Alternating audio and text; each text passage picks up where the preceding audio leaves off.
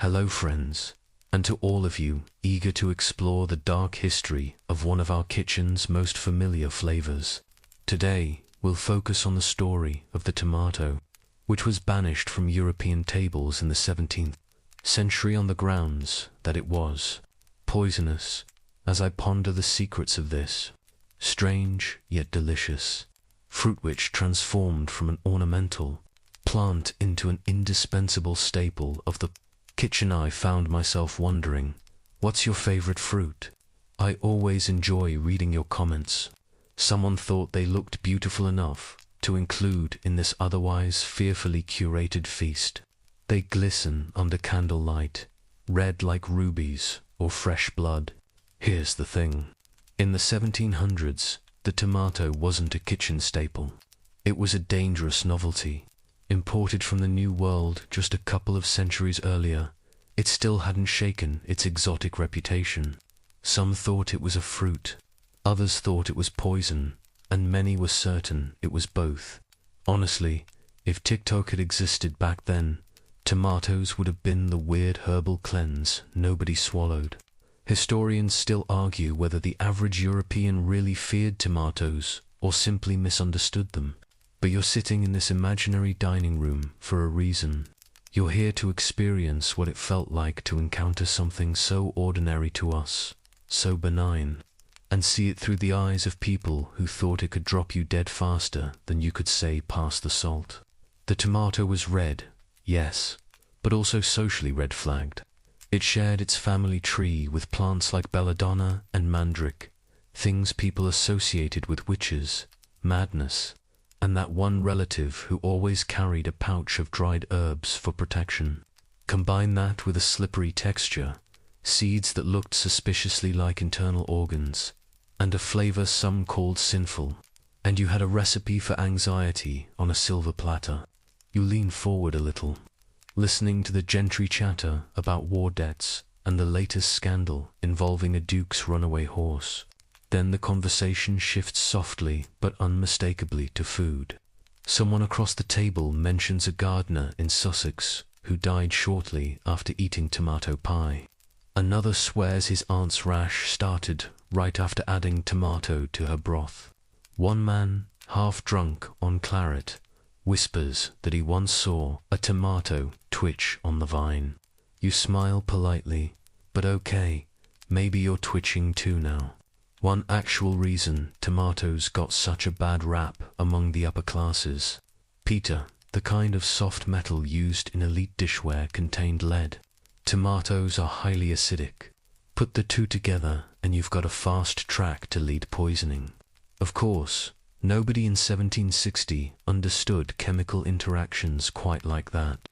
All they saw was, I ate a tomato and felt like death. Therefore, tomatoes are the problem. Classic scientific method, right? Even worse, the tomato skin was too shiny, too smooth. It didn't brown or wilt like trustworthy vegetables. It just sat there, red and proud, and frankly, a little smug. Imagine trying to eat something that looks like it should be in a haunted still life painting. It's a tomato, sure, but you're not convinced it won't whisper. Your time has come when you sink your fork into it, and yet, someone must have grown that tomato, cared for it, picked it, which means that even in this sea of suspicion, there were outliers, quiet gardeners, risk-tolerant cooks, some might even say rebels, but we'll get to them later. For now, back at your seat, the tomato dish remains full. Guests laugh, sip wine, and avoid eye contact with the fruit like it owes them money. And you can't help but wonder what would have happened if you took a bite. Would the footman rush in? Would a physician burst through the window with a jar of leeches and a portable fainting couch? Or would you just chew, swallow, blink? Maybe your stomach would rumble a little, but only because of the mutton. You reach for your fork, heart fluttering just enough to make you question your life choices. But before you pierce that glossy red skin, the hostess claps twice. Dessert is served, candied figs and a rather safe-looking trifle. Everyone applauds. The tomato survives another meal, uneaten, unloved, but noticed. As you rise to leave, a servant clears the plates. The tomato bowl is the only one left untouched. He scoops them into a wooden bucket, probably for compost. Or maybe you think they'll go back to the garden to be replanted. Or just possibly they'll be eaten by someone braver than you. You step out into the cool night air, the scent of beeswax candles still clinging to your clothes. The cobblestone crunches softly beneath your shoes as you make your way through the side garden, past hedges trimmed like chess pieces and flower beds arranged with military precision. You spot a servant disappearing around the corner, carrying that same wooden bucket filled with the untouched tomatoes. He hums tunelessly, clearly not in mortal fear of what he's carrying. You follow, discreetly, of course. He rounds a corner near the stables and dumps the bucket behind a low stone wall. Not in a compost pile, as you expected, but in a heap of discarded food scraps and broken pewter dishes. A strange place to toss perfectly good fruit, you think, but then you spot something even stranger. Several of the pewter plates are blackened and warped, as though something acidic has corroded them. You crouch closer. One of the plates has a half-eaten tomato slice still stuck to it, as if someone got halfway through a bite and panicked. The metal around the slice looks unhealthy, pitted, tarnished. And there it is, your first real clue in this culinary murder mystery. You see, in the 1700s, the upper crust of society dined off plates made of pewter, a soft metal alloy that unfortunately often contained lead, harmless enough for dry foods. But tomatoes are highly acidic, and acid plus lead equals a slow, agonizing slide into full-body disaster. Think stomach cramps, hair loss, tremors, personality changes. You start acting like you spent one too many summers licking paint. Historians still argue whether tomato-based lead poisoning was widespread or just a handful of tragic dinner parties. But the association stuck. People began to notice. Every time tomatoes graced a noble's table, someone got violently ill. The rich began to whisper, "Tomatoes are cursed," they'd say. "Leave them for the peasants." Not exactly the PR campaign the tomato needed. Meanwhile, those peasants, they didn't have pewter plates. They ate off of wood or earthenware, simple, porous, and totally lead-free. Some of them grew tomatoes in modest gardens, slicing them into stews or baking them into pies without incident. But their experience didn't matter much to the social elite. If Lady Glastonbury's hairdresser collapsed after a spoonful of tomato soup, that's what got remembered. As you straighten up from your crouch, brushing the dirt off your coat, you wonder how many of those warped pewter plates became scapegoats for a fruit that never stood a chance. And honestly, blaming the dinnerware sounds like a solid excuse for a lot of things. Spilled wine, slippery goblet, social foul, faulty fork. You continue down the path toward the servant quarters, lantern flickering as moths spiral lazily through the darkness. You imagine a scenario, a wealthy family hosting a summer feast, tomatoes served in abundance, laughter echoing through the hedges, and by morning, 3 guests are bedridden with stomach agony. Doctors scratch their heads, servants whisper about witchcraft. A local priest suggests divine punishment for vanity. No one thinks to check the plates, but let's not give 18th century Europeans too much grief. They weren't totally off base. Lead poisoning was a thing, and tomatoes are acidic. If you were connecting dots in 1765 with no internet, no science textbooks, and a strong fear of anything redder than a boiled beet, you probably jumped to the same conclusion. And speaking of red, remember that in this period, color wasn't just an aesthetic. It was a message. Red was the color of danger, of forbidden lust, of sin. Red garments were bold, even scandalous. Red foods were often treated with suspicion. as if they'd been dipped in witchcraft before hitting the market stall. The tomato didn't just look different. It felt different, like it wasn't trying to blend in. As you reach the edge of the garden, you spot another figure, an elderly kitchen boy, sorting vegetables under the light of a single oil lamp. You approach quietly. He's slicing carrots, shucking peas, and right there beside him is a small basket of tomatoes. Not centerpieces, not decoration, just part of the mix. He notices your glance and smiles, missing 3 teeth, but otherwise cheerful. Cook uses M sometimes, he says, shrugging. Says the gentry don't know good taste from chimney ash. You chuckle, and just like that, another piece of the puzzle slips into place. The cooks, the unsung alchemists of every manor and chateau, had a different relationship with food.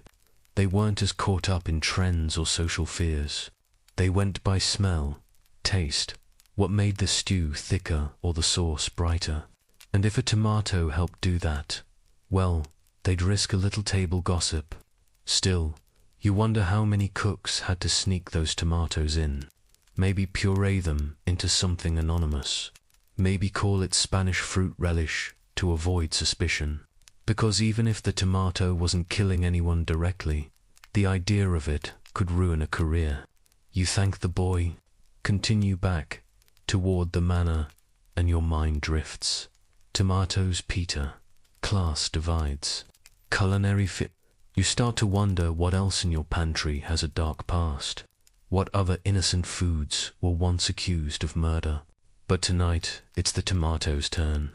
And as the moon rises over the garden, silver and sleepy, you glance back one more time. The tomatoes gleam softly in the basket, harmless, quiet, and just a little misunderstood. The next morning, you wake early, birdsong creeping in through the manor's tall windows. The air smells faintly of damp linen and cold ashes. The remnants of last night's fire still nestled in the hearth. Downstairs, breakfast is being laid out. Brown bread, soft cheese, maybe a little boiled egg if the chickens were in a cooperative mood, but no tomatoes. Never tomatoes. You wrap a shawl around your shoulders and slip out toward the kitchen gardens, the ones tucked behind the stables where the real culinary action begins. Here, the soil is dark and rich, steam rising in tendrils as the morning sun gently warms the earth. Dew clings to the leaves of herb bushes, thyme, sage, maybe even some lavender. A few hens peck lazily at the ground near the fence, and tucked into a far corner, hemmed in by marigolds and rosemary, are the tomato vines. They're surprisingly beautiful, not wild or sinister as the dinner table gossip might suggest, but orderly and almost architectural vines curling with intention, leaves like flattened parsley, and the fruits themselves ripe, heavy, dripping with color. You reach out to touch one, and it yields slightly under your finger, warm, alive. This is the contradiction of the 18th century tomato, feared in parlors, but quietly cultivated in gardens, outlawed in polite conversation, yet grown in noble estates under a different name. You see, it wasn't always called tomato. It had many aliases: love apple, wolf peach, even golden apple. If the variety happened to be yellow, some names made it sound romantic, others made it sound dangerous. But the goal was always the same: keep its identity just slippery enough to avoid direct blame. Historians still argue whether tomatoes were ever truly outlawed in Europe, or just avoided through social pressure. But it's clear that by the 1700s, they occupied a strange culinary limbo, too exotic for daily use, too notorious for elite menus, yet too enticing to ignore. It was the fruit equivalent of a scandalous letter you shouldn't read, but do by candlelight when no one's watching. And the name wolf peach, that one has a particularly juicy backstory. It comes from German folklore and botany like a pers, literally wolf peach, thanks to the tomato's resemblance to deadly nightshade. a plant known for causing hallucinations, madness, and the occasional oops, my heart stopped. In other words, if you grew up hearing that witches use similar berries to summon spirits or assassinate Baron, you'd probably side-eye the tomato, too. You pluck one from the vine, feeling almost criminal. In fact, in some parts of Europe at the time, people did believe tomatoes could incite lust. The name love apple wasn't just poetic. It hinted at aphrodisiac properties. There were rumors that women who ate tomatoes grew bold, talkative, maybe even rebellious. Men, meanwhile, became passionate and restless. You take a bite. It's tart, juicy, and slightly grassy. Your pulse stays normal. No sudden desire to recite poetry. A shame. You glance up and catch the gardener watching you from a few rows over. He nods approvingly and points toward a small bundle of leaves tied with string. For sauce, he says, cook makes it for the Italians. Yes, the Italians. In the 1700s, they were way ahead of the tomato game. While Northern Europe tiptoed around the fruit, parts of Italy, especially Naples and Sicily, embraced it like a long-lost cousin.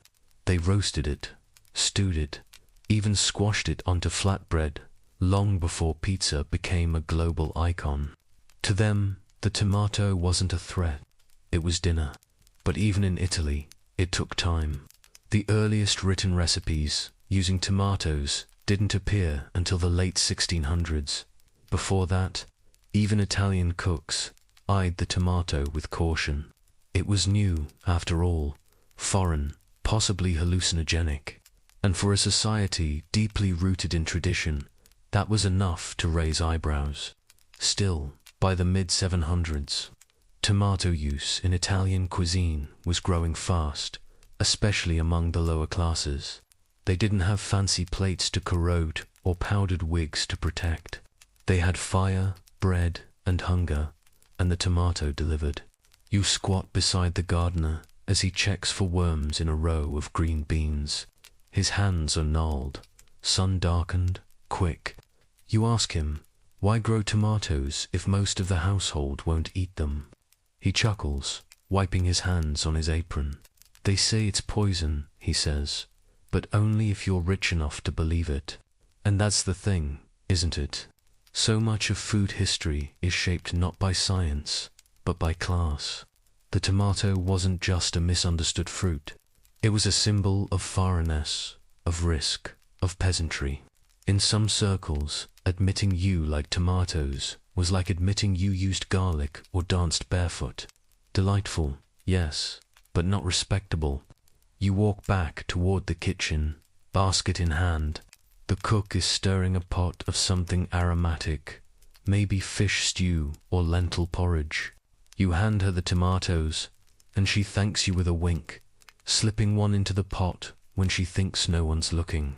A few feet away, a footman drops a silver tray. The clang echoes across the tiles and someone curses under their breath. Everyone's eyes dart to the kitchen door, half expecting a noble to burst in, demanding explanations. But the cook just keeps stirring. The tomato once feared is already making its quiet return. You slip out of the kitchen as the cook hums a low tune, spoon clinking gently against the pot. The air outside is warmer now, the late morning sun casting long, lazy beams over the gravel paths. Somewhere in the orchard, a dog barks twice and then gives up, presumably distracted by a squirrel or his own tail. You make your way toward the manor's library, not for a book exactly, but for something even juicier, gossip in print. Libraries in 18th century Europe weren't just hushed tombs of knowledge. They were part curiosity shop, part cabinet of paranoia. One shelf might contain poetry, the next a treatise on spontaneous combustion. And among the leather-bound volumes and worm-eaten atlases, you find what you're looking for. A dusty hand-copied collection of medical theories by one Dr. John Gerard, esteemed English botanist and proud tomato skeptic. You lower the heavy book onto a table and flip to the page in question. And there it is, in glorious ink. The tomato, being of a rank and stinking savour, is not to be eaten. You raise an eyebrow. Stinking savour, huh? You've smelled worse in a medieval cheese cellar. But Gerard wasn't alone in this view. Many botanists and physicians of the era warned against eating tomatoes, not because they were poisonous, but because they were probably unnatural, which for the 1700s was more than enough reason. You flip another page. A scribbled margin note reads, said to cause melancholy vapours and internal bile. Heating, lovely, nothing like a fruit that boils your mood and sour your stomach. Historians still argue whether these warnings were based on actual reactions or simply extrapolated from the tomato's appearance and its botanical relatives. After all, it belonged to the Solanaceae family, the nightshades, and that group included some infamous party crashers like henbane, mandrake, and belladonna. You glance out the window as you imagine a dinner guest, Circus 1740, being offered a salad with tomato slices. The man recoils in horror. You mean to ingest it? He huffs as if you had just offered him a spoonful of mercury. Another guest might whisper, I heard it can heat the blood and twist the mind. Suddenly, the tomato isn't a garnish. It's a psychological landmine. You remember, too, that during this time, medicine was deeply influenced by the four humours: blood, phlegm, yellow bile, and black bile. Everything you ate was believed to affect your inner balance. Was the tomato hot or cold, dry or moist? Some argued it was too moist and too cold, perfect for inciting laziness or melancholia. Others claimed it was hot and dry, making it more likely to stir up aggression or lust. No one could agree, which sounds about right for pre-Odin medicine. There's even an account, fringe but amusing, of a London apothecary who allegedly advised his clients to carry a tomato in their pocket to ward off indigestion, but never to slice it because slicing released the bitter ghosts. Ghost. You'd think the tomato had joined a séance instead of a salad. The idea that food could carry spiritual or emotional effects wasn't new. Garlic, after all, was both food and talisman. But the tomato existed on an uncomfortable border between the known and the otherworldly. It wasn't native to Europe. It had no clear medicinal use, and it came in bright, almost theatrical colors. What else would it be, if not suspicious? You set the book aside and walk toward the drawing room where a few members of the household are playing cards. One of them, a young lady in embroidered slippers, notices your thoughtful frown. Reading again? She asks, sipping from a porcelain cup. You nod, sliding into a chair. Just learning why tomatoes were once accused of summoning spirits and boiling bile. She laughs, but it's the nervous kind. The kind that says, I know this is nonsense, but please don't put one on my plate. You glance at the tea tray. Cucumber sandwiches, plum tartlets, and a bowl of small peeled apples. Not a tomato in sight, and not in tea. I've heard they're used in witch brews, she says, twirling a ring on her finger. In the colonies, I mean the colonies.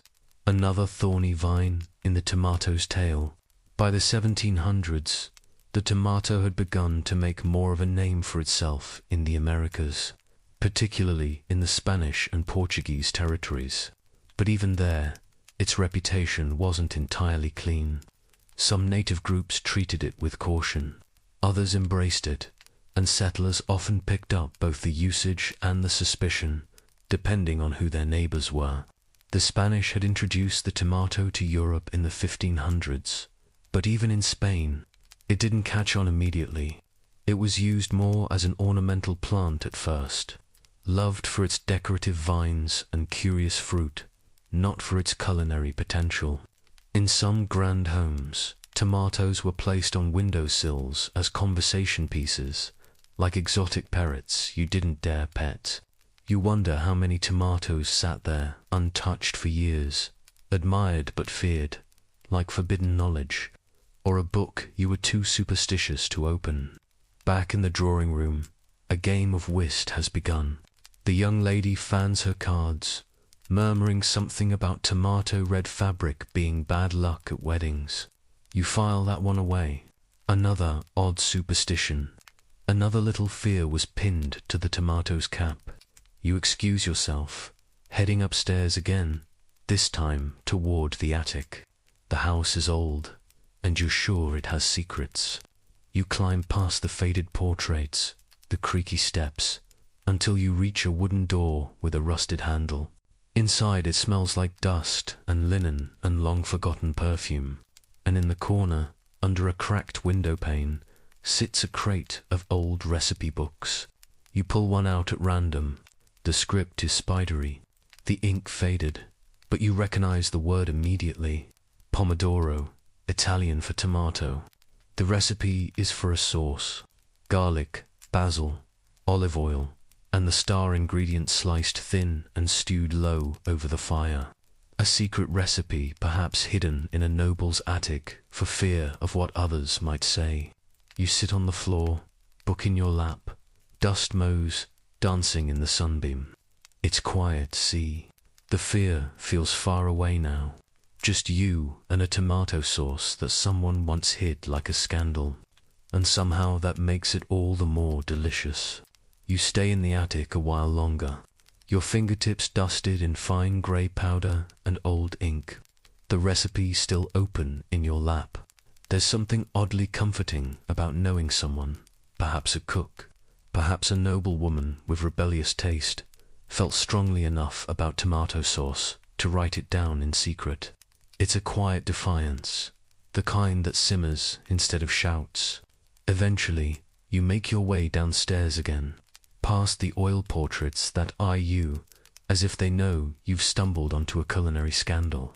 The house is still, but you hear soft movement in the parlor. A servant, dusting perhaps. You slip into the hallway and find yourself once again in front of the conservatory doors. There's something about returning to the tomato plants themselves that feels necessary, almost like a confrontation. Inside the glassy enclosure, the air is warm and sticky, heavy with the scent of soil and leaves. The tomato vines are thriving, thick and bushy. Their fruits range from pale yellow to a ruddy crimson that almost glows.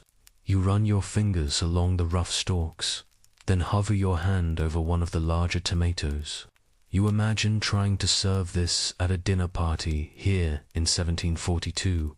It wouldn't go well. You're fairly certain the butler would clutch his pearls, if butlers wore pearls, and the hostess would quietly order the kitchen scrubbed from top to bottom just in case. That fear wasn't entirely unfounded, of course. At this point in history, many Europeans were convinced tomatoes were not just suspicious, but outright dangerous. The reason? Pewter. Yes, pewter. The silvery soft metal used in plates, cutlery, and fancy goblets. The problem was that pewter contained lead, and when acidic foods, like say tomatoes, were placed on pewter, the acid would leach lead from the metal. So if you were dining off pewter and happened to indulge in a tomato-laden dish, you might soon find yourself battling nausea, cramps, or worse. Not because of the tomato, mind you, but because of the plate. Historians still argue whether this connection between tomatoes and pewter was broadly understood or simply suspected by the unlucky few who keeled over after a salad. Either way, the pattern stuck. People got sick after eating tomatoes, and they blamed the fruit, not the table where you pluck a small underripe tomato from a low-hanging branch and roll it between your fingers. You try to picture the exact moment someone realized the dish, not the fruit, was the real villain. Maybe it never happened cleanly. Maybe the fear just faded slowly, replaced by other obsessions, like powdered wigs or decorative snuff boxes. The tomato in that way was a victim of bad PR and bad timing. It was exotic, misunderstood, and served on materials that quite literally turned toxic under its touch. You wander over to a small wooden bench and sit. Outside, you can hear the muffled clatter of a carriage passing by. Inside, the tomatoes grow on blissfully, unaware of their centuries-long smear campaign. Another little-known cause for tomato suspicion came from their tendency to spoil quickly. Before refrigeration, a soft tomato could become a breeding ground for bacteria in a matter of hours. And because they were often stored in cellars or hot kitchens, tomatoes went from fresh to fermented nightmare faster than a nobleman could powder his wig. Naturally, some people assumed that it wasn't the bacteria causing illness. It was the tomato itself. Convenient. In one fringe case, you recall reading about a Paris household in the 1730s that supposedly banned tomatoes after a maid fell ill. The woman, it turns out, had simply eaten a moldy tomato. But the lady of the house deciding this was proof of poison throughout the entire basket and reportedly buried it in the garden under moonlight. You can't make this stuff up. Well, you can, but the 18th century often beat you to it.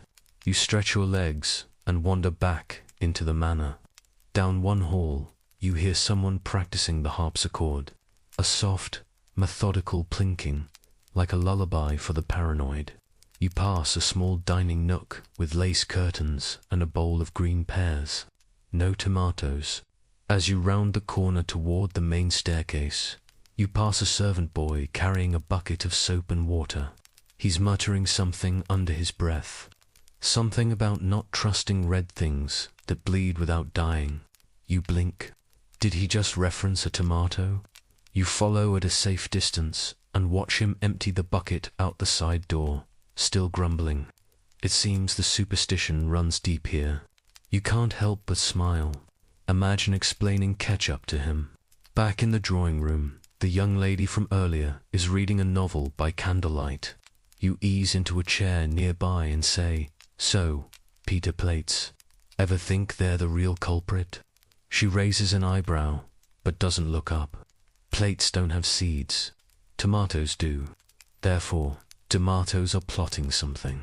She flips a page. Everyone knows that. You're not sure if she's joking, and honestly, you're too sleepy to care. You let your eyes close for a moment. Let the creak of the wooden floor, the tick of the grandfather clock, and the faint tomato scent from the conservatory wash over you like a warm breeze. A tomato wasn't just food. It was a symbol of mystery, of foreignness, of something that didn't quite belong, but refused to leave. You drift in and out of daydreams. Somewhere in your mind, Peter Plates are hissing. Tomatoes are staging a quiet rebellion. A cook is whispering, "Just one slice. No one will know." And in the corner, a single plump tomato sits on a laced doily, smug and unbothered. You wake slowly, if you were even asleep at all. One of those drowsy, fog-drenched half-naps, where your mind plays historical dress-up and forgets to tell you what's real. You're still in the manor's drawing room, the young lady now gone, her book folded neatly on the cushion. Outside the tall window, early evening, stretches long golden fingers across the hedge. You wander back toward the great hall, footsteps muffled by thick carpets woven in swirling patterns, each loop echoing with stories long since softened by time. You pause at a grand oil painting on the wall, a plump gentleman with rosy cheeks, a powdered wig that could house a family of birds, and a look of faint dismay painted forever across his face. You head toward the small writing room tucked beside the main staircase. Inside a large mahogany desk, a squeaky quill, and exactly the sort of suspicious-looking journal one might use to record one's anti-tomato manifestos. You sit, crack open the cover, and begin to read. Turns out in certain corners of Europe, particularly among the upper classes, tomatoes were widely considered a dangerous indulgence. They were thought to heat the blood, overexcite the stomach, and lead to all sorts of undesirable behaviors: gluttony, laziness, even red-hued melancholy. One doctor in Vienna declared that excessive tomato consumption might encourage the humors to riot. Yes, riotous humors. You can't make this up. Historians still argue whether these warnings were born of sincere concern or something more political. After all, many of the loudest tomato detractors had vested interests in keeping foreign foods out of local markets. Tomatoes, native to the Americas, were deeply tied to colonial expansion, and for many, the less said about the New World, the better, especially if it was served in sauce. You turn a page in the journal, a clipping from a French paper dated 1747, Tomate, Blue Fruit Trader, the Traitor Fruit. Below it, a woodcut illustration of a tomato looking vaguely smug beside a drooping skeleton. Subtle, in London. Meanwhile, newspapers were publishing satirical poetry about red devils in the garden. A baroness reportedly fainted after being served tomato soup during a diplomatic dinner and later claimed to have been visually attacked by the scent.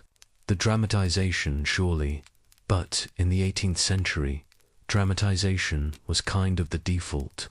One particularly curious fringe figure, a German mystic named Ruprecht von Holzen, believed that tomatoes were a botanical trick sent by the devil to sow confusion between fruits and vegetables.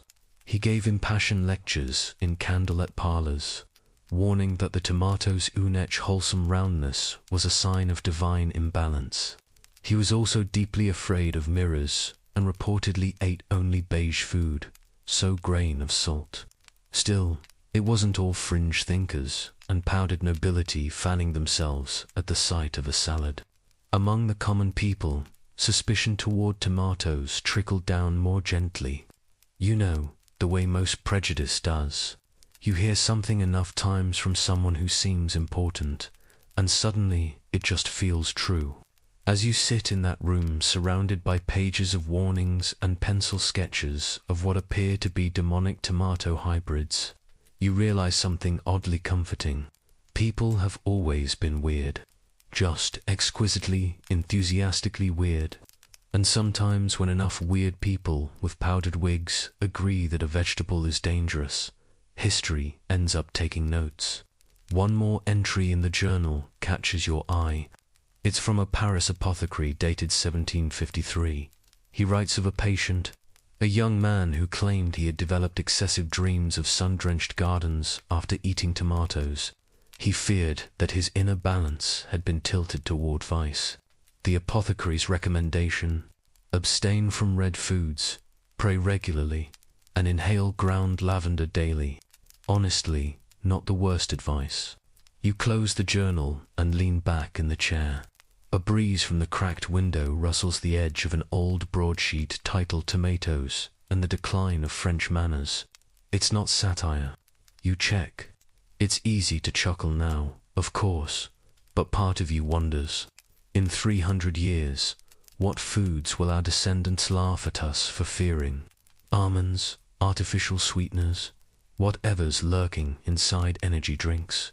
The house cacks as you rise and step back into the corridor. The walls here are lined with old portraits, many with little tomatoes painted discreetly in the background. You now realize on a table near the stairs sits a fruit bowl, apples, pears, plums, but no tomatoes. They're still too scandalous for display. And yet, hidden away in journals and side dishes, tomato appreciation was quietly blooming. Somewhere in a back kitchen, a chef was roasting one over fire just to see what might happen. Somewhere in a garden, a curious child was biting into a ripe one and discovering gasp. It was delicious. But for now in this house, the tomato remains a whisper, a warning.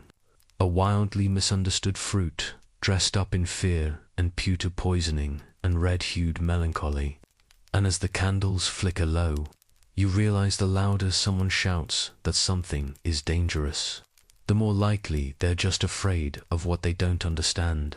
You make your way up the creaking staircase again, fingertips brushing the smooth wooden banister worn soft by generations of polite disapproval. At the top, The hallway is dim and still.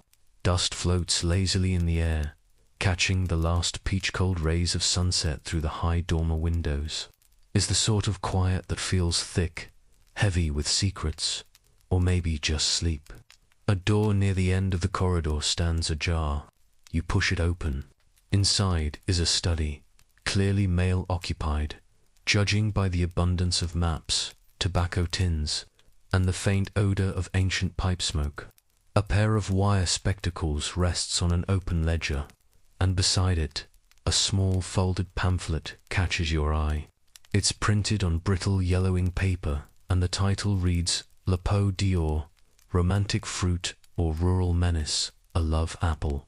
That's what the French sometimes call tomatoes. Palme d'Or, a name that sounds like it belongs in a perfume ad or whispered confession. But here it is, accused of corrupting the countryside.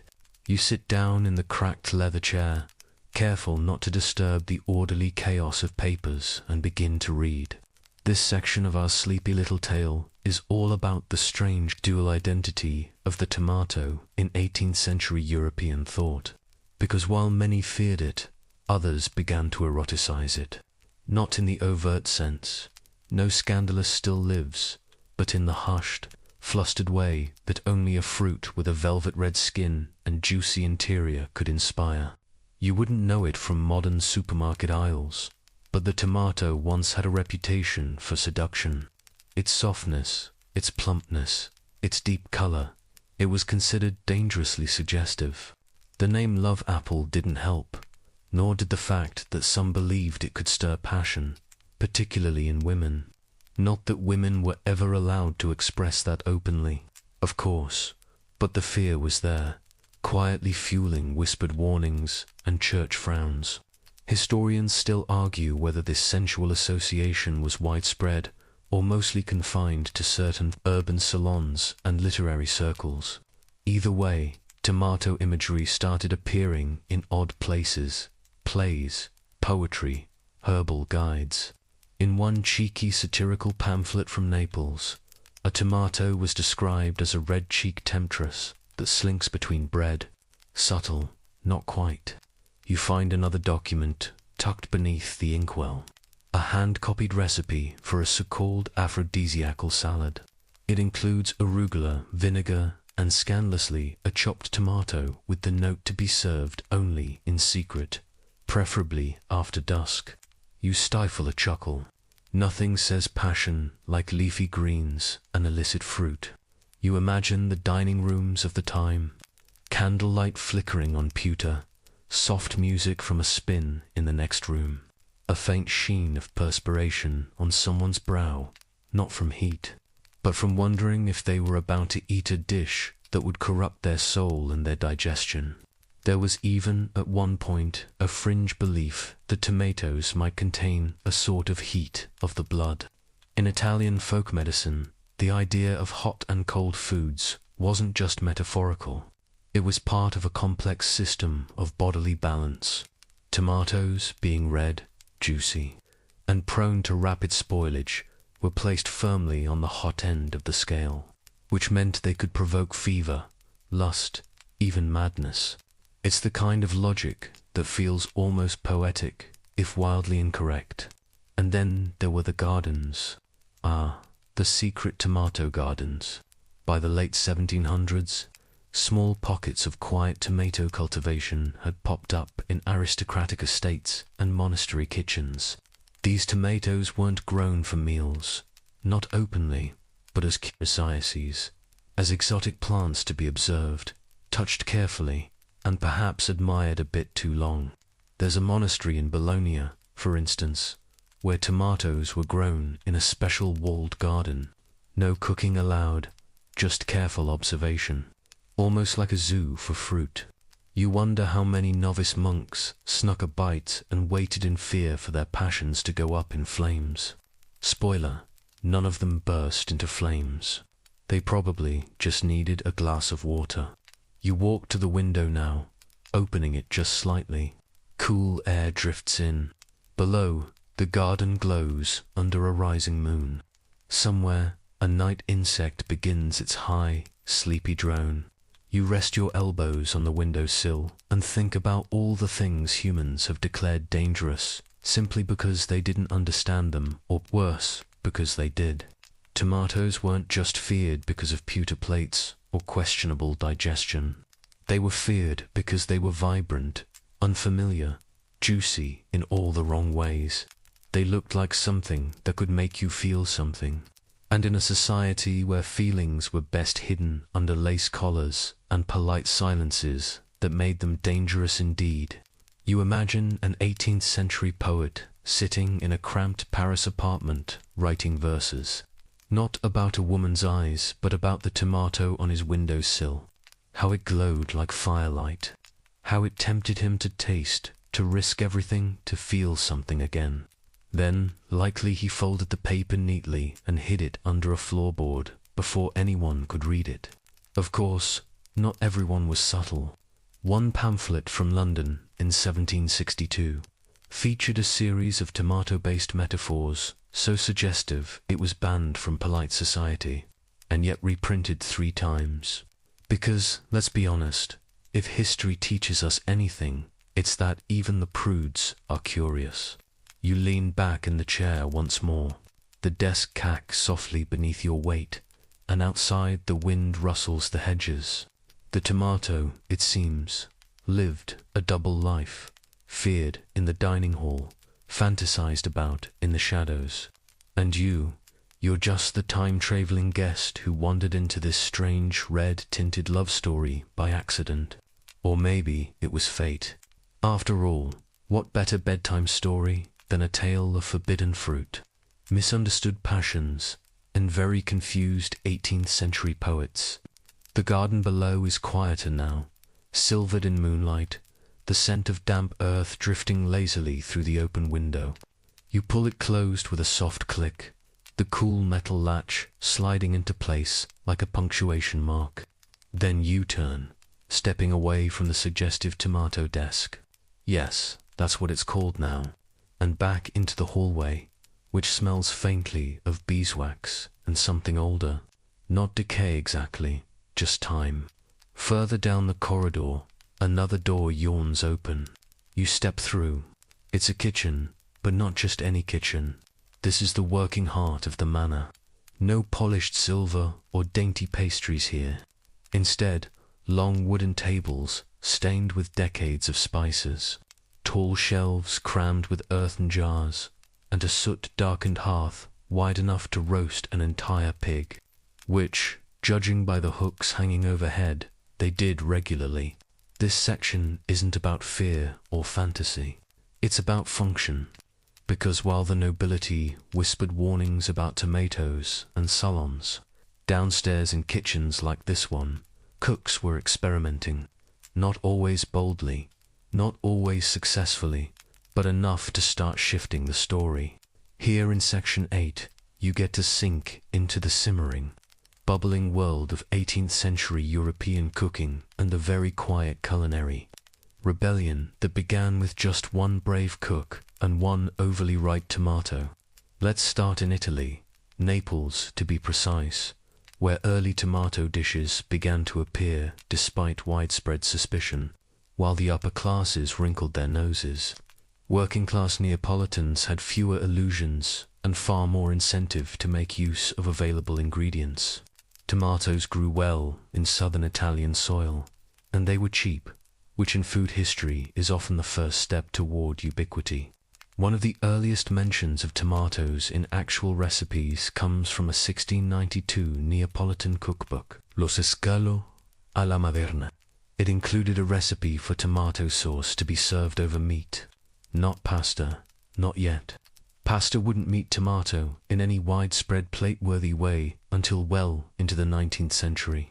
But the idea had begun to simmer in Spain. 2 early stews began to incorporate tomatoes.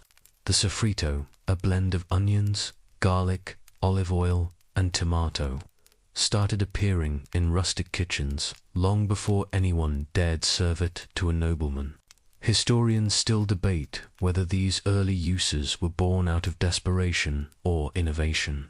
Either way, the tomato was carving out a place, not on the banquet table, But in the back kitchen, where the rules were softer and the palates more practical, you reach for a jar of dried herbs on the shelf and open the lid. The scent is strong green, dusty, thyme, maybe, or beneath it, you find a handwritten recipe card. The ink faded but legible. It reads, stew for the cold months. Add to tomatoes if no one is looking. You smile. It's a quiet rebellion, isn't it? Not with swords or speeches, but with sauce. Even in France, where tomatoes were viewed with more suspicion than a stranger in untied breeches, some rural cooks began to sneak them into vegetable soups. There's a diary entry from a housemaid in Bordeaux, who confessed to using the little red fruits in a broth she served to her employer, who complimented the taste, but asked that it never be repeated. Too rich, he said. Too foreign. It wasn't just about flavor, either. Cooks quickly noticed how tomatoes changed the color of food. A bland beige stew could suddenly become deep crimson. A splash of tomato turned an anemic broth into something bold, almost theatrical. That kind of transformation, even subtle, made a dish feel alive, like it had a story to tell.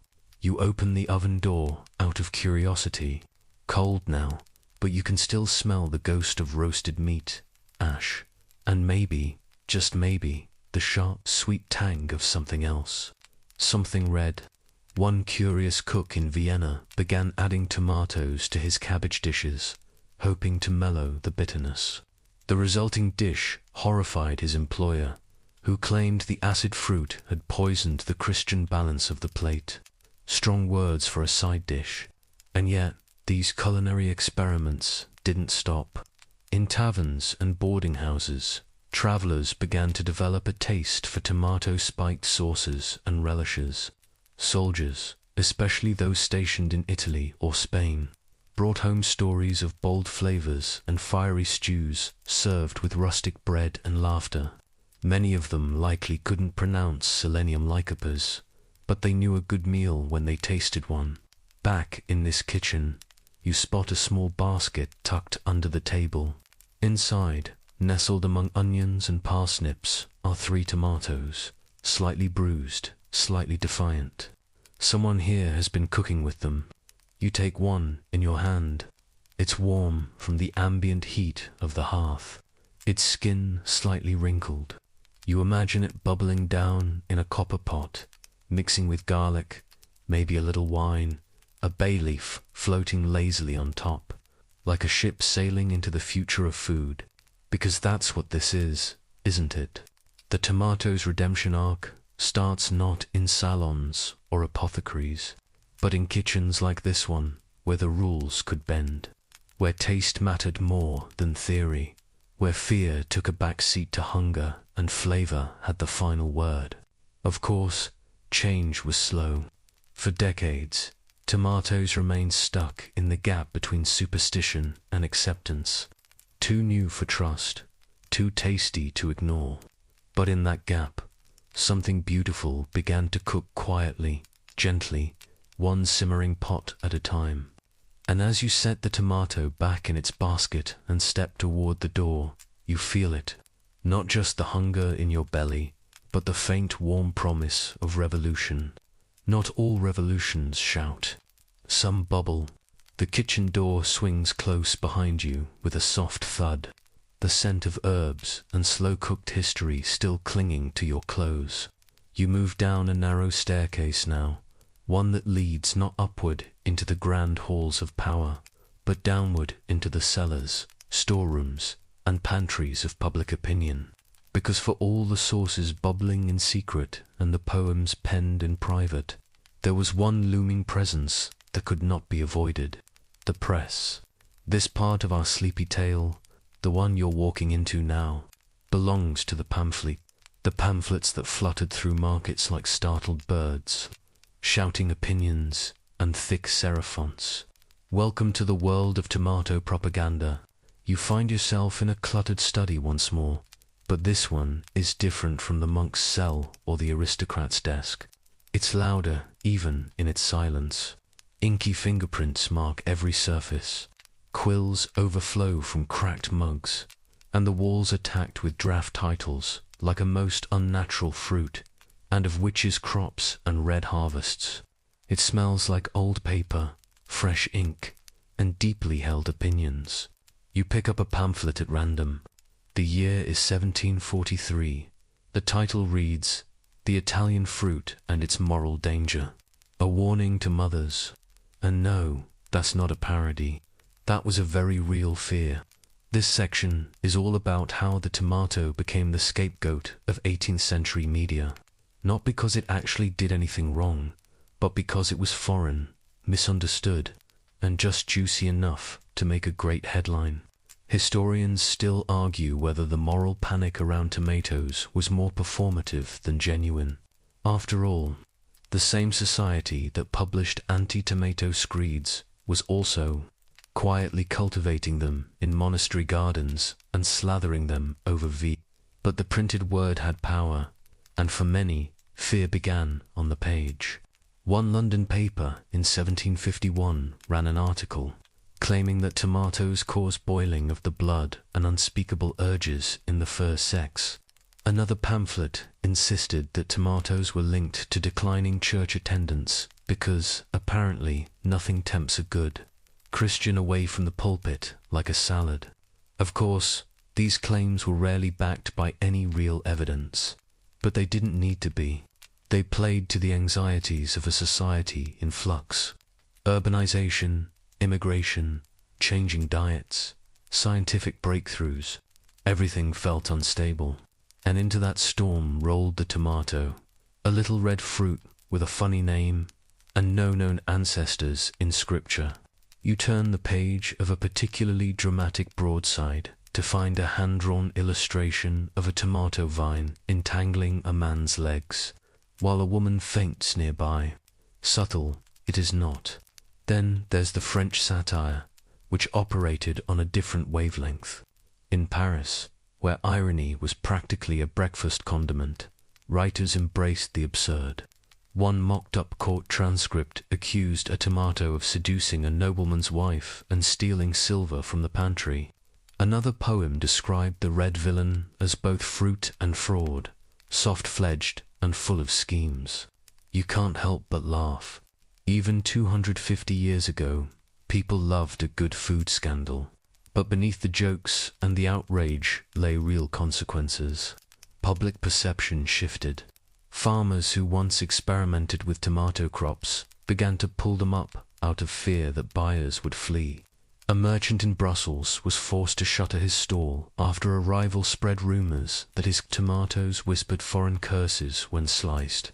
One particularly strange English pamphlet from 1778 made the rounds with the title "Against the Cult of Crimson," a treatise on the wholesome fruit. Inside it claimed that tomatoes caused everything from dreams of rebellion to night sweats of the French persuasion, whatever that means. Of course, not all the press was negative. Some early Enlightenment thinkers, particularly those aligned with agricultural reform, tried to shift the narrative.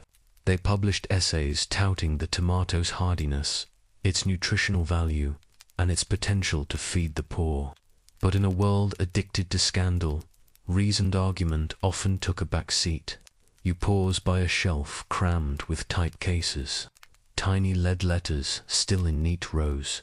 You imagine the printers working by candlelight, the clink of type, the scratch of quill on draft, the hot breath of rumor rolling off the press.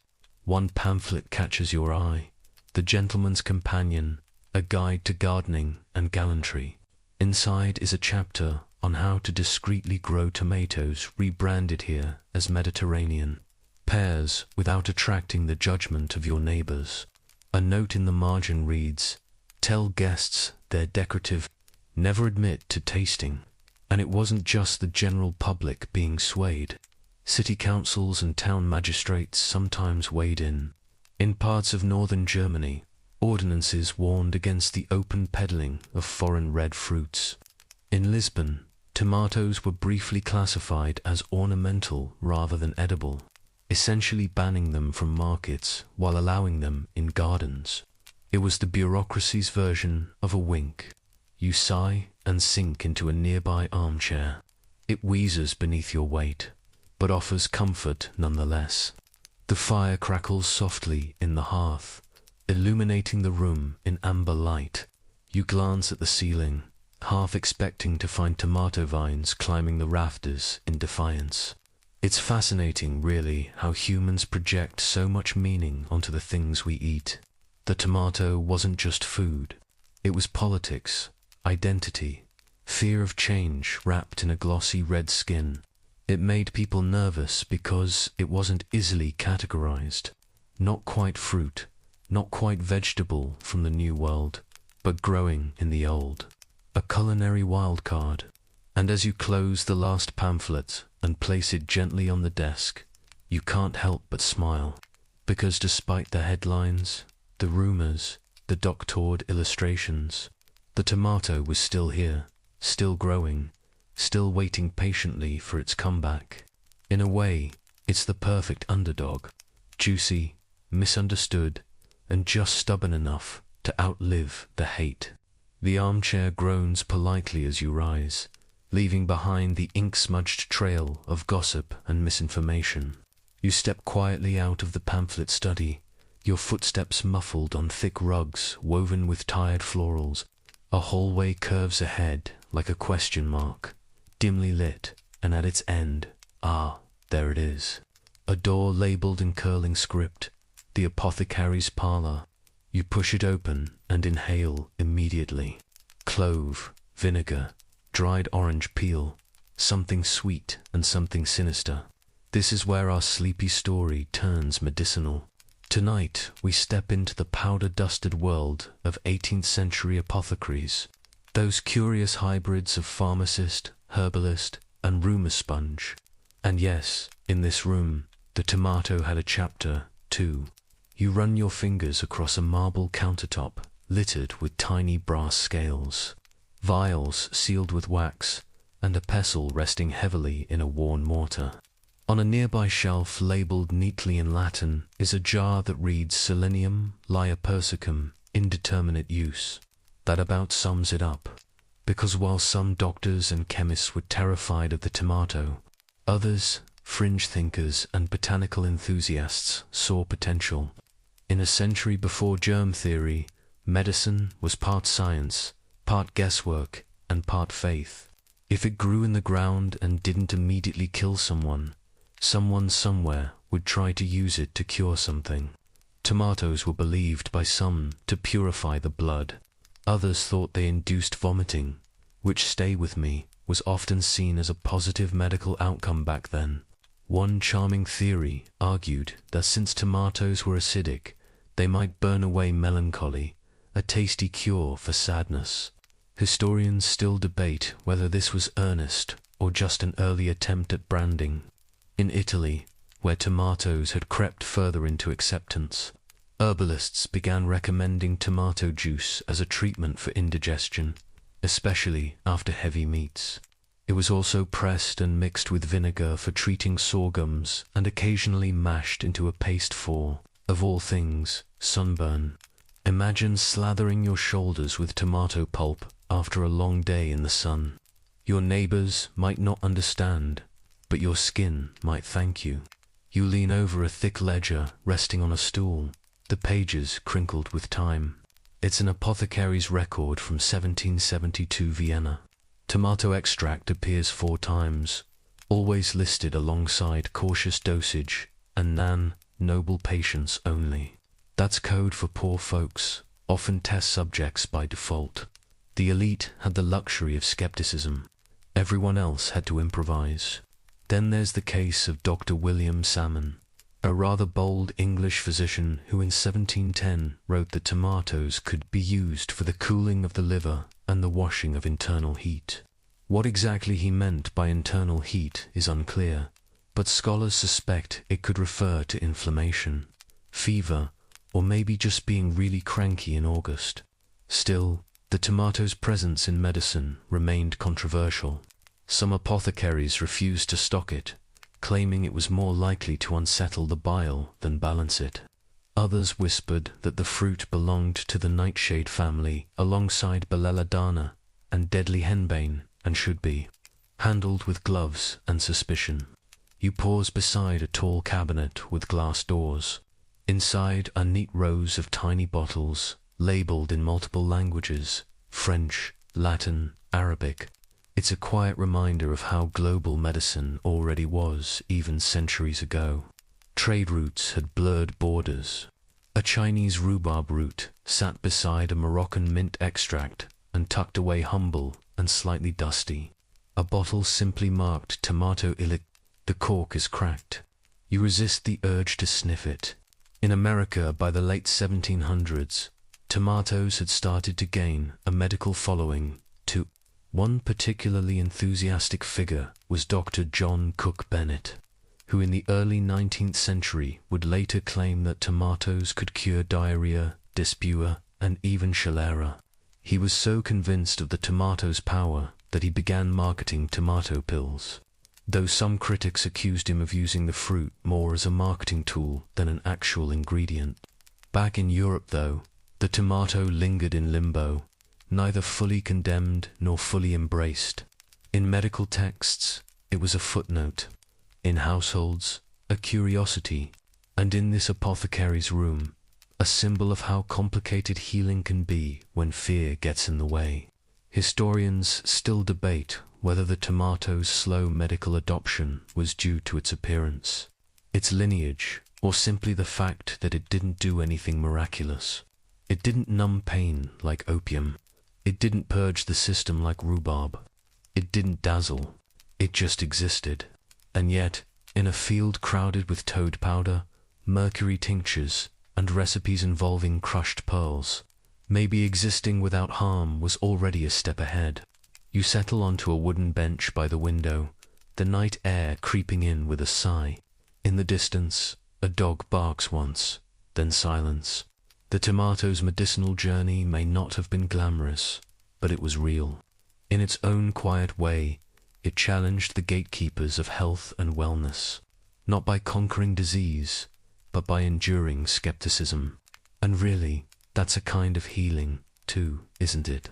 You rise again and gently close the apothecary's door behind you. The corridor ahead is darker now, the lanterns low, the shadows soft, but you carry the faint smell of herbs and history with you, and a new appreciation for the fruit that was almost a medicine, almost a monster, almost forgotten, almost. You step into another room now, this one lined not with shelves or vials, but windows. Tall panes of glass, looking out over a lush, geometrically perfect garden. The moonlight glances off gravel paths and clipped box hedges, and just beyond them, you spot what you've been waiting for.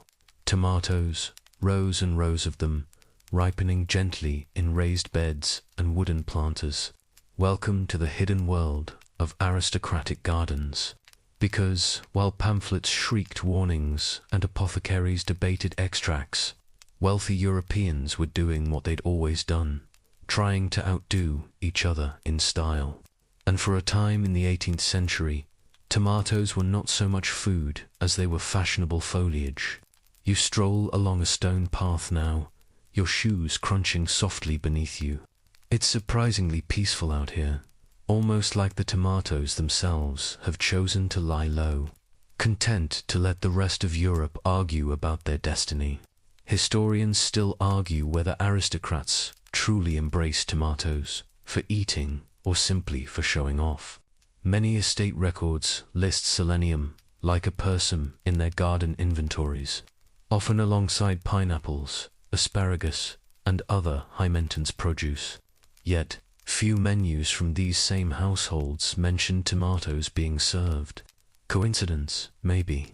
Or maybe the tomato was treated more like an exotic pet than a pantry item. You pause beside a marble bench carved with the crest of some long-dead noble family. Just beyond it, a gardener tends to a tall staked tomato plant, snipping off the lower leaves with almost priestly reverence. He probably knows not to eat them, but he also knows how to keep them alive and beautiful. That was the tomato's new role in the 1760s and 1770s, an ornamental oddity. It looked strange enough to impress guests, required enough effort to make you feel clever, and most importantly, was rare enough to spark envy. Think of it as the botanical version of a sports car. In England, aristocrats began commissioning hot walls, brick structures designed to retain heat so tender plants like tomatoes could thrive in chilly climates. They imported seeds from Italy and hired specialists to build glass houses.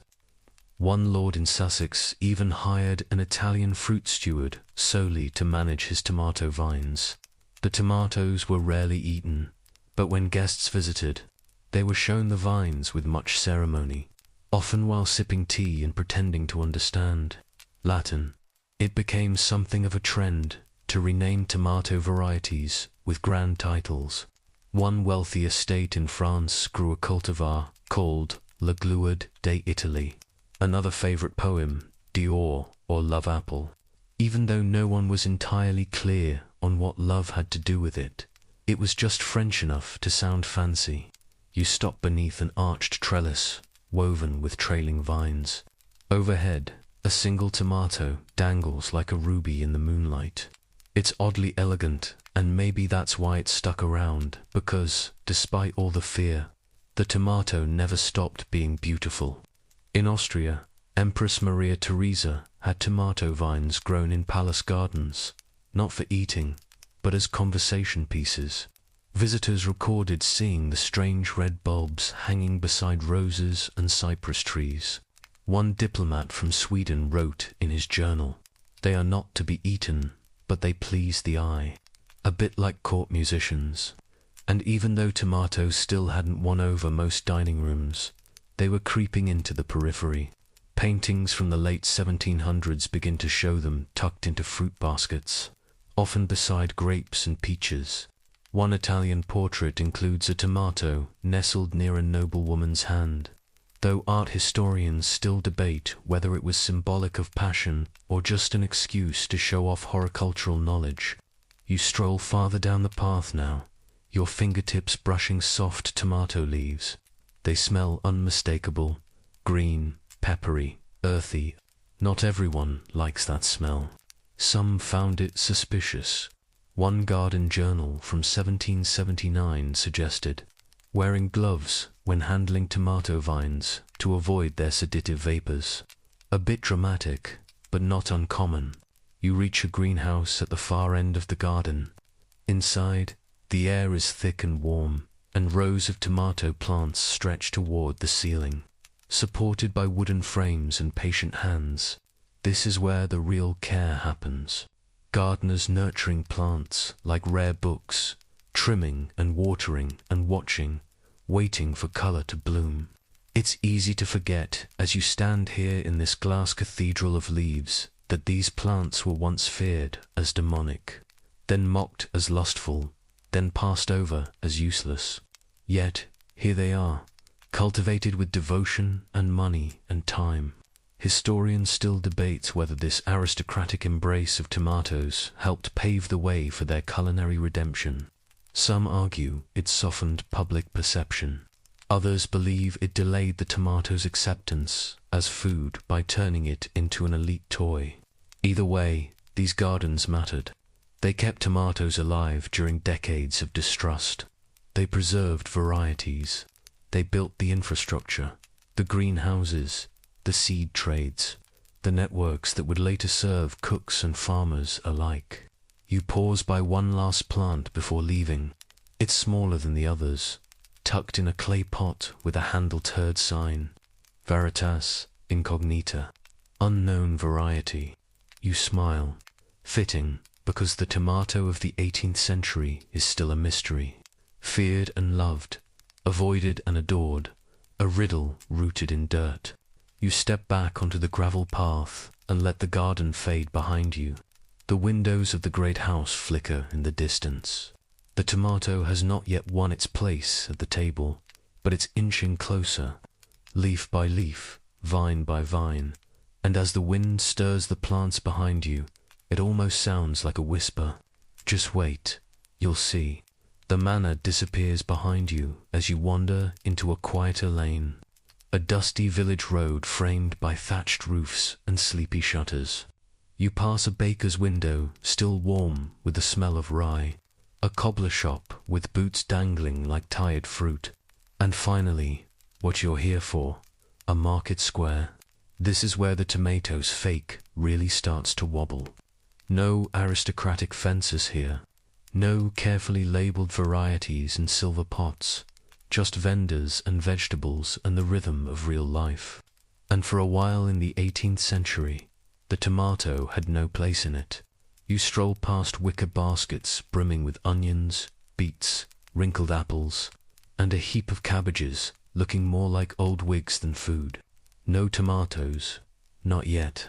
A merchant dozing on a stool might blink awake if you asked for them, then mutter, "Don't carry those. Bad luck." Because here, among people who didn't own hot walls or silk cravats, the tomato wasn't misunderstood. It was ignored. It wasn't medicine. It wasn't decoration.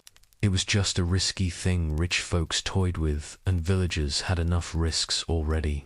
But somewhere around the 1760s, things started to shift. You spot a little stand tucked near the well, half hidden under a frayed tarp.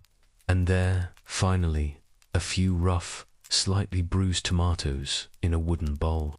They don't look proud. They look apologetic, like they've shown up late to a party they weren't sure they were invited to. These tomatoes are here because of two things: hunger and immigrants. Southern European migrants, especially Italians and Spaniards, were already used to tomatoes. In Naples, tomatoes had been stewed and spooned over pasta since the late 1600s. In Provence, they were stuffed with breadcrumbs and herbs. These people brought seeds and memories with them, and when they settled in market towns or took jobs as cooks in wealthy homes, the tomato quietly hitched a ride. Historians still debate whether early tomato dishes served in England and northern France were adaptations of Mediterranean recipes or entirely new creations. But evidence points to hybrids, spiced tomato sauces showing up in cookbooks around 1770, often buried deep in chapters titled Concerning Sources of Uncertain Use. You reach into the wooden bowl now and pick up one of the tomatoes. It's not perfectly round, a little split near the top, a bruise on one side, but there's a warmth to it, the kind of humble, edible potential that says, "I may not be noble, but I'll feed you." And that mattered because as the Industrial Revolution crept closer, food shortages became more common. Crops failed, wages dropped, and suddenly anything that could grow quickly in small plots and with minimal fuss was valuable. Tomatoes had been waiting for this. You duck into a nearby kitchen, dimly lit, soot smudged, and rich with the smell of simmering something. A cook stirs a pot with a bent spoon. Beside her, on the table, a cutting board, a handful of garlic, some leftover lamb, and a single chopped tomato. You watch her toss it in without ceremony. The pot hisses. The sauce darkens. This is how it begins. Not with fanfare, but with necessity. By the late 1700s, tomato use among working-class cooks was spreading. Not always in grand dishes. Sometimes it was a spoonful stirred into stew or mashed with salt and vinegar as a fish marinade. It was a hint of acidity where none existed before, a little color in a grey season. And while elite food writers largely ignored this shift, travelers began to notice. One Swedish visitor to Portugal in 1784 wrote of a peasant meal of fish cooked with those curious red fruits, sour and soft. He didn't like it, but he remembered it. You glance around the kitchen. It's nothing like the manor house. No velvet drapes, no footmen, just cast iron, smoke, and effort. But this is where the tomato was finally eaten with purpose. Still, resistance remained. In some towns, tomatoes were only used for animal feed. In others, local priests warned they were fruits of decay or that their red flesh resembled the heart of the devil. Bit dramatic, but hey, it was a theatrical century. There's a record from a Yorkshire village in 1791 where a man was fined for encouraging the sale of foreign fruit known to incite humours. That foreign fruit, a tomato. Historians still argue whether the fine was really about tomatoes, or if the man had simply annoyed someone on the parish council. Either way, tomatoes were still guilty by association. And yet, slowly they dug in. You leave the kitchen and return to the square where a child now sits near the tomato stand, holding one in both hands like it might sing. She takes a bite. Juice dribbles down her chin. She doesn't flinch, just wipes her mouth with a sleeve and grins. She's not afraid, and neither are the people lining up now. 3, 4, 5 of them. Not for bouquets, not for snake oil, for tomatoes. Lumpy, strange, almost bitter tomatoes. And that's enough. You move on as the market begins to quiet. Baskets emptying, vendors packing up. The sun dips lower, casting everything in soft orange. And the tomato, against all odds, has started to belong. Not just in gardens, not just in recipes, but in everyday hunger. And in that, perhaps, was its redemption. The evening deepens as you follow the cobblestone path out of the village, winding gently into farmland. The air smells like earth and hay, and there's a rustling hush all around. Leaves shifting, insects buzzing sleepily, the faint echo of a dog barking somewhere far off. You pass fenced fields, chickens gossiping in their coos, and finally a farmhouse where smoke rises from a crooked chimney. This, you realize, is where the tomato truly found its future, the hands of farmers, while noblemen displayed them like trophies, and cooks cautiously stirred them into stews. It was smallholder farmers who slowly and often without fanfare started cultivating tomatoes as a real crop. Not a curiosity, not a hedge maze ornament, but food. You walk past rows of soil still warm from the day sun. Here and there, tomato plants lean against stakes, their fruit at all stages, green, blushing, ripe. There's something deeply human about this scene, familiar, grounded, and it wasn't always this way. In much of northern Europe throughout the 1700s, tomatoes were tricky to grow. The climate didn't always cooperate. Frost arrived early, soil conditions varied, plus most farmers didn't want to waste land on something that might poison their family or worse, simply not sell. But in southern regions like Italy, Spain, and parts of France, the tomato was already beginning to shift from exotic import to everyday staple. Farmers experimented with planting cycles, crossbreeding, and local adaptations. Some learned to dry tomatoes in the sun for preservation. Others cooked them into long-lasting pastes, early versions of what would one day become beloved sauces. Historians still argue whether the rise of tomato farming in Europe was driven more by immigrant labor or by market demand. Either way, by the 1790s, you start seeing tomato seed listings and agricultural manuals. Quiet little footnotes at first, then full paragraphs. A tomato entry in a British gardening almanac from 1794 advises planting in rich soil with cautious optimism. Cautious optimism, probably the most British farming advice ever. You wander toward a barn where a farmer leans against a post, polishing a hoe with deliberate slowness. He nods when you glance at the tomato patch, says nothing, just gestures toward the plants like, yeah, they're coming along. Farmers are practical people. They may not care what doctors or noblemen think. Something grows well and sells modestly. It stays. And that's how the tomato won. Not with parades or proclamations, but with patient, repeated proof. It helped that tomatoes were resilient. Once they took root, they adapted quickly. Certain varieties could grow in shallow soil. Others withstood high heat. They were surprisingly pest-resistant, and with a bit of luck, a single plant could yield dozens of fruits. The yield-to-space ratio was attractive, and when word spread that tomatoes could be used to flavor otherwise bland foods like lentils or salted pork, they started to make culinary sense, too. You peek inside the farmhouse kitchen where a pot bubbles on the stove. A tired woman stirs with one hand, nursing a baby with the other. There's a tomato sitting beside the breadboard, soft and ready. She slices it without looking, tosses it into the stew, and moves on. No ritual, no fear, just dinner.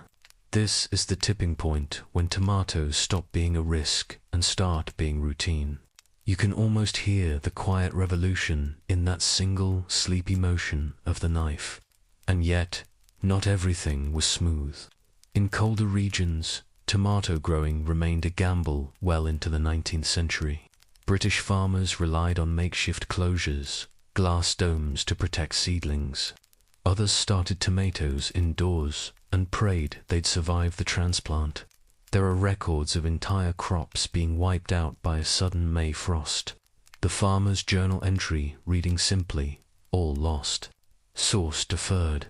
Meanwhile, in colonial outposts, tomatoes were faring better. Farmers in the Americas, India, and the Caribbean were growing them with less resistance. Spanish colonies especially embraced them, partly due to familiarity with New World plants, partly out of necessity. In fact, some of the best tomato cultivation knowledge in Europe came from these far-flung corners of empire.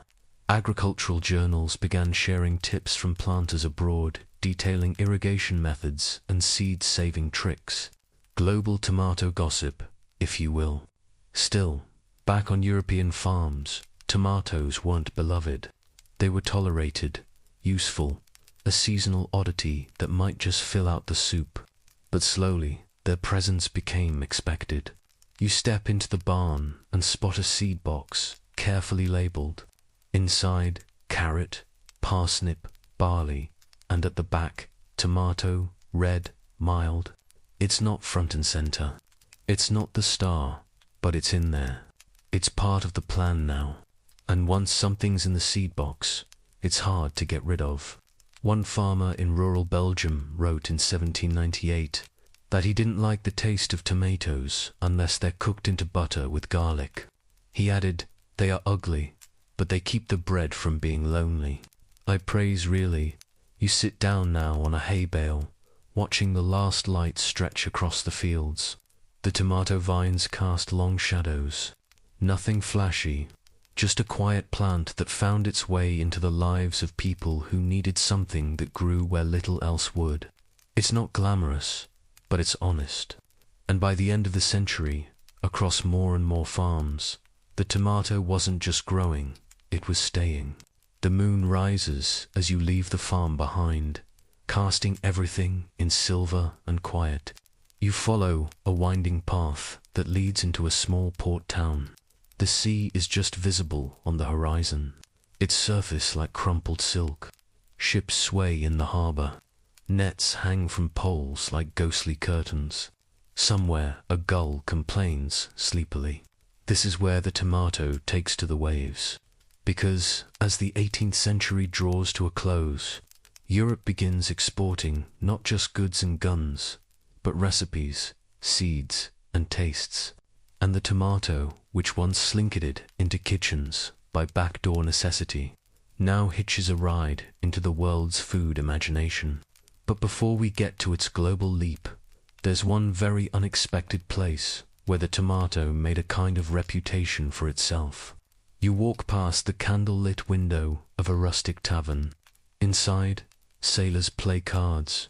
A dog lies under the table, and on the bar, a bottle of thick red sauce labeled in curling script. Tomatada ketchup. Yes, ketchup. It didn't begin with tomatoes, of course. The original K-cap came from Southeast Asia, a fermented fish sauce that European traders encountered in the 1600s. They brought it home. then promptly changed everything. By the mid-700s, British ketchup recipes were a strange parade of ingredients. Anchovies, walnuts, mushrooms, even oysters. Tomatoes joined the party late, but once they did, they stuck. You sit at the bar and watch the tavern keeper spoon a red dollop onto a trencher of salt beef. It's tangy, vinegary, a little sweet. He shrugs when you ask if it's popular. Keeps well, makes things less awful. A fair review. By the early 1800s, tomato ketchup had become its own category. Still debated, often homemade, but undeniably present. Historians still argue whether the addition of tomatoes was inspired by colonial trade or local improvisation. But either way, tomato ketchup marks a turning point. Now the tomato isn't just tolerated, it's desired, and it's shelf-stable. You stroll toward the docks now, where crates are being loaded by moonlight. One crate labeled seeds, assorted Naples. Another simply says Pomodoro inside tomato seeds.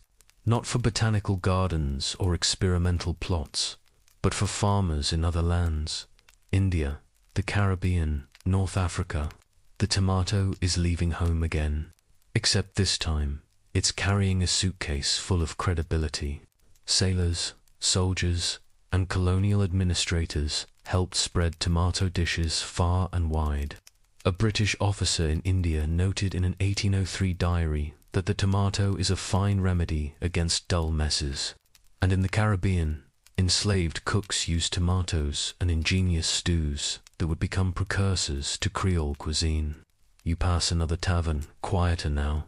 A plate sits abandoned on a table, a heel of bread smeared with something red. Evidence of a plant that had moved from poison to condiment, from suspicion to appetite.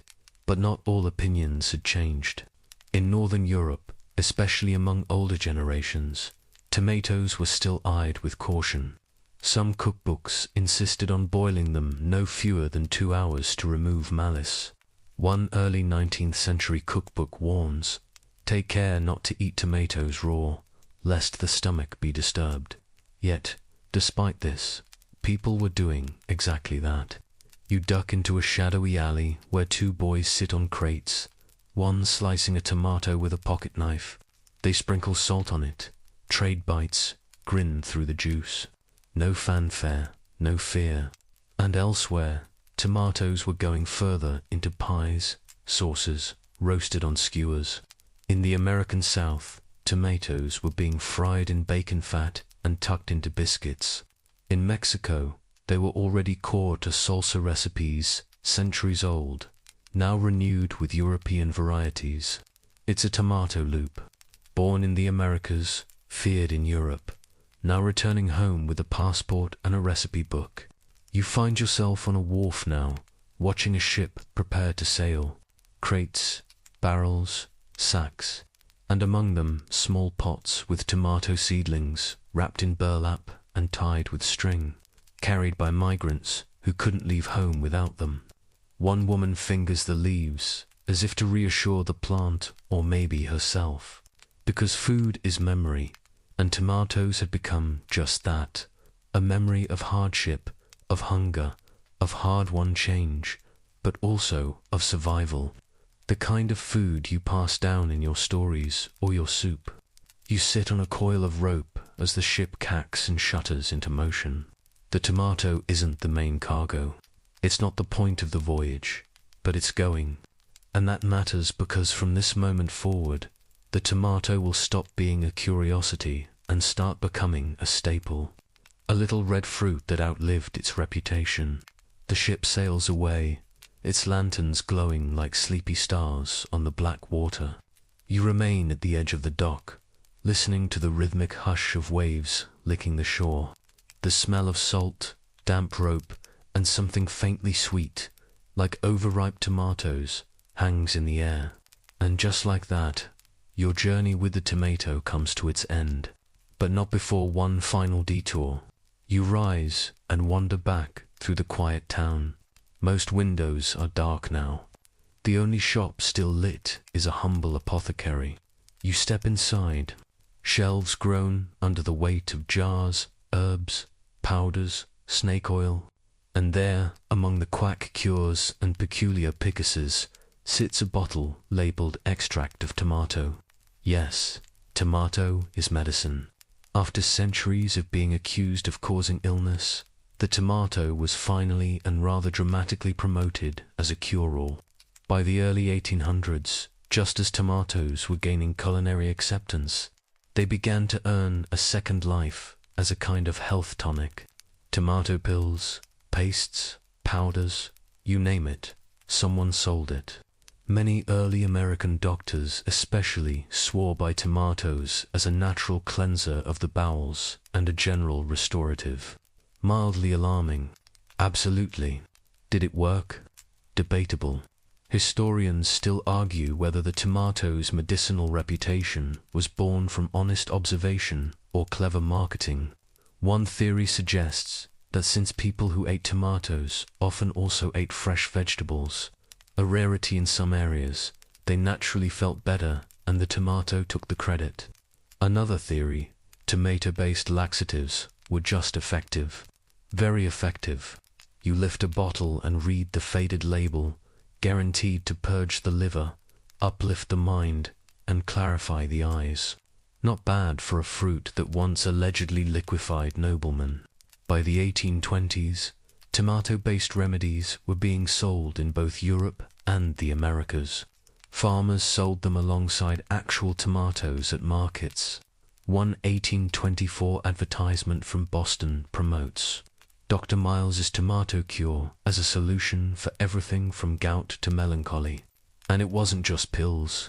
Tomato tices, tomato soups for fever, even tomato lotions for female distress were making the rounds. A French beauty manual insisted that tomato juice smoothed the skin and cheered the spirit. You peeked behind the apothecary counter and spotted a dusty book filled with tomato cures. It's half nonsense, half folklore, and weirdly comforting. Like the tomato has finally come full circle. From threat to comfort food, and now an improbable friend to the ill. But of course, its greatest healing power wasn't in its pulp or pectin. It was in the ritual of food itself. You exit the shop and stroll past a row of homes. From one, you smell something rich and savory. Garlic, onions, something bubbling. The sauce, you can almost hear it being stirred. Maybe it's a grandmother cooking late. Maybe it's just leftovers. But the scent is heavy with history, because by now the tomato is no longer a scandal. It's dinner.